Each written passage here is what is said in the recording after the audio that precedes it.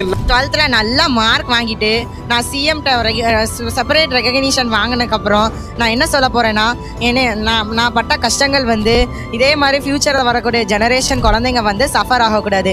உங்களுக்கு blessed child இருக்கா, blessed child வந்திருக்குன்னு அப்படின்னு சொல்கிறாங்க. ஆனால் அப்போது சொசைட்டி சப்போர்ட்டே பண்ணலை. நிறைய குழந்தைங்க வந்து இப்போ நியூரோ டைவர்ஜன் குழந்தைங்களை பார்க்கறதுனால நியூரோ டைவர்ஜன் குழந்தைய பிறக்குமோ பயம் இருக்க. காரணம் என்னன்னா, நீங்கள் வாழ்றதே ஆக்சுவலி பாரம், நம்மள பாரமா நினைக்கிறது, எக்ஸ்ட்ரா பாரமா நினைக்கிறது. வெயிட் அப்படிலாம் பரவாயில்ல, இல்ல அப்படிலாம் சொல்லாதீங்க சரிங்களா. அது முக்கியமா என்ன சொல்றேன்னா, இன்க்ளூசிவ் செட்டப்ஸ் இல்ல, அவேர்னஸ் இல்ல, சரியான சரியான வசதிகள் இல்லாதனால தான் இந்த விஷயம் வருது. அந்த பையன் பேசும்போது உங்களுக்கு பிரேக் அவுட் ஆகுது.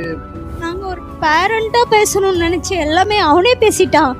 எவ்வளோ வந்து சுற்றி இருக்கவங்கனால அவன் அனுபவிச்சிருப்பாங்கிற வழியை பேரண்ட்டாக நான் வெளியில் எப்படி கொண்டு போகணும்னு நிறைய இடத்துல அவமானப்பட்டு அசிங்கப்பட்டு.